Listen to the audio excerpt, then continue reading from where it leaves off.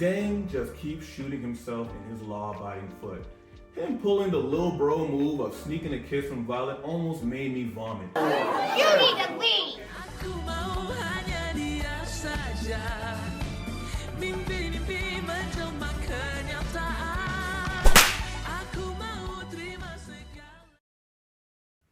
Welcome back to the Manny Reed channel, aka The Book Husband, and today we're going to be diving into the first 10 chapters of Fourth Wing by Rebecca Yarros. I know Onyx Storm is coming out soon, so I don't have long to try and catch up. So make sure you like and subscribe to follow my journey. This is going to be a spoiler review. Let me start with this. I know that I'm about to be put on a grand adventure. So far, Fourth Wing has been a treat to read. And following Violet's freshman year at How to Train Your Dragon University, which it basically is, it's been nothing short of thrilling. The world of Fourth Wing feels very lived in, breathed in, as we learn about the people, the cultures, and history. Violet serves as an excellent protagonist when it comes to absorbing the lore of the world. She doesn't play as a conduit for the reader, ignorant to the customs of their fictional world. Those kinds of protags constantly need someone to tell them the lore. However, she acts as a source of knowledge that provides us with exposition and drives the plot forward, which is actually kind of difficult to do. Basically, I've rarely seen the dreaded, as you know, monologue starter when the protagonist needs to be told information he or she should already know, but the information is actually for us, the audience. Now for the world building and magic system. I am no stranger to these concepts. My main consumption of fiction comes from shonen anime. So these two factors come standard to that medium. That being said, I would say that the world of Navarre isn't wholly unique. Like I said before, the world feels rich and lived in, but the premise of magical dragon riders is not what's selling me so far. However, I can sense this foreboding political element brewing that may speed up Violet's reluctant hero journey. Supposedly, I think that's the journey she's going through Death Truck College. I live for high-stakes political turmoil, especially ones that create unlikely alliances and life-changing decisions. So far, I would say that the magic system is a hardish one. Dragon Riders gifted with a randomized power based on some metric I'm not yet privy to is pretty unique to me. Even though it was explained that riders are given specific powers, the reason I said ish is because I have yet to see the limitations of said power. For example, Xander's ability to control shadows is specific, but how grand or limited is it? Since it was shown that he could wield shadows even in the dead of night, it would rule out the possibility that it needs adequate light source to cast a shadow. Does he lose stamina the further his shadow extends from his body? Is there a limit to the distance to his shadows can reach? These questions and more run through my head as I continue learning this story's magic system. Limitations to magic create obstacles for the character to overcome, thus enriching the story, so I look forward to seeing how this deep well goes. Oh, and I'm itching to see what power Violet ends up getting. For characters, everyone seems either pretty standard so far, with only one standout, Dane. This is no way a compliment. Dane has been annoying to read through for one simple reason. He is the antithesis of what I value most in a character. That value is agency, which our lead protagonist has in spades. Violet didn't choose this circumstances for herself, but she is damn sure not going to let it overcome her. She will claw and gnash her way across every hurdle. However, her friend slash love interest, Dane, tries to get in her way at every opportunity. Like, come on dude, get off her dick and let her live. I understand that he cares for her well-being, but it's not like Violet is an unwillful victim or a willful victim. The girl says she's good, so let her tough it out and stop trying to play referee and chaperone, you Captain Save-A-Ho. Going behind her back to pull strings to make her safe does Violet an injustice to her own agency. He's a character who's trying to impede Violet's own growth as a character, so maybe it'll be part of Violet's story to overcome this suffocating friend. I put quotations on the word friend because when we learn that he has the power to see recent memories or feelings via touch, it made me raise my eyebrows on why he keeps putting his hands on Violet's face. It could be nothing, it could be something, but either way, I've got my eyes on you, Mr. White Knight. These are my initial half-baked thoughts of the first 10 chapters of Fourth Wing. I can't wait to continue reading to see what I got right or wrong because I plan to absorb this story as methodically as necessary. 2,000 years later.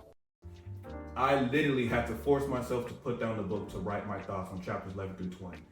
It's been a long time since my mind, body, and soul have been so ensnared by a fictional world through the medium of books. Such a nostalgic feeling of childlike giddiness taking me back to the days I used to pretend to go to sleep, but I was instead reading Harry Potter books under the covers with a flashlight.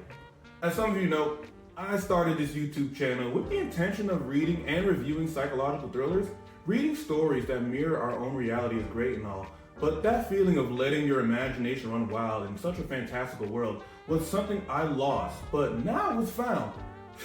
Let me stop glazing this book. Let's stop glazing right quick, because it's time to talk about these middle chapters.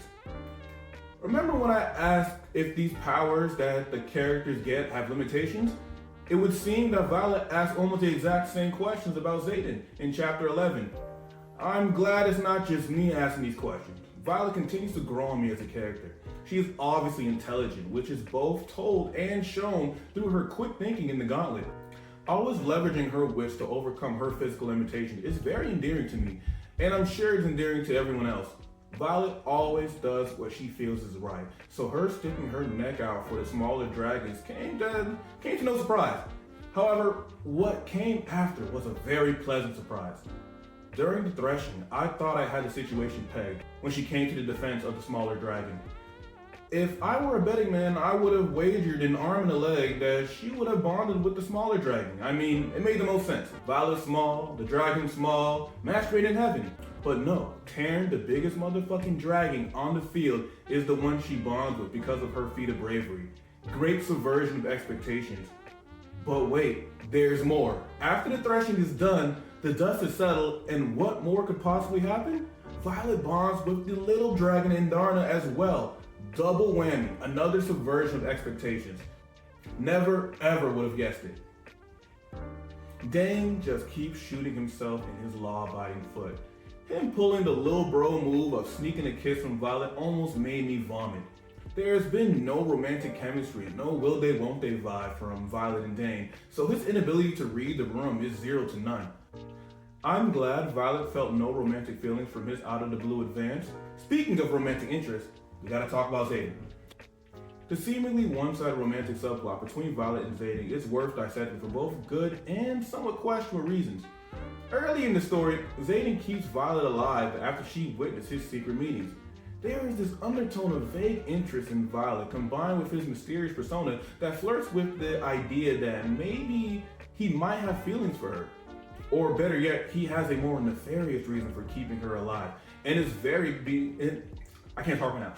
very coy about it. However, after some somewhat convoluted shenanigans of Violet and Xaden's dragons, parent bond, I get the gist, but I understand what they were dissing, but it came off a little convoluted. He has no choice but to constantly protect her, probably robbing me of the mysterious reason why he kept her alive in the first place. Obviously, I'm only a little more than halfway through the book, so I hope the story fills in the blanks. Now it's time for me to nerdgasm. If you're deep into anime lore, you know what that clip just was. Violet can stop time, dope as hell, but it also left me with some concerns. When I had my monthly phone call with my good friend who was also a nerd, we came to a conclusion years ago that time manipulation is one of the most broken abilities in fiction. Time stop, time skip, time rewind, it doesn't matter. A character who can manipulate time is always a god in their story because it can make challenges trivial. With that being said, a power like that given to the antagonist gives the feeling of how can our heroes defeat such a powerful foe? But given to the protagonist, we feel how could our hero lose with such a broken ability? Ultimately, I look forward to seeing how the story even the scales on her new ability. There is a limitation that if Violet abuses this power, she will end up killing Indarna, but it's still too vague for me. Like, how many times can she do it until her dragon dies? 2? 10? 45? Give me a numerical value that Violet has to keep in mind before she considers using her ability in a situation. Or maybe she's the all of the power but all the reluctance kind of character, that kind of archetype. Only time will tell. I may sound nitpicky, but I truly value a character's ability to overcome obstacles, so I hope this story sticks to landing in that regard for me. Well, either way, make sure you like and subscribe and follow my Fourth Wing journey. Check out my latest thriller, Where Is It? For I Have Sinned, only on Amazon. Once again, this is Manny Reeds, aka The Book Husband, and I gotta get back to the books. So I'll see y'all later.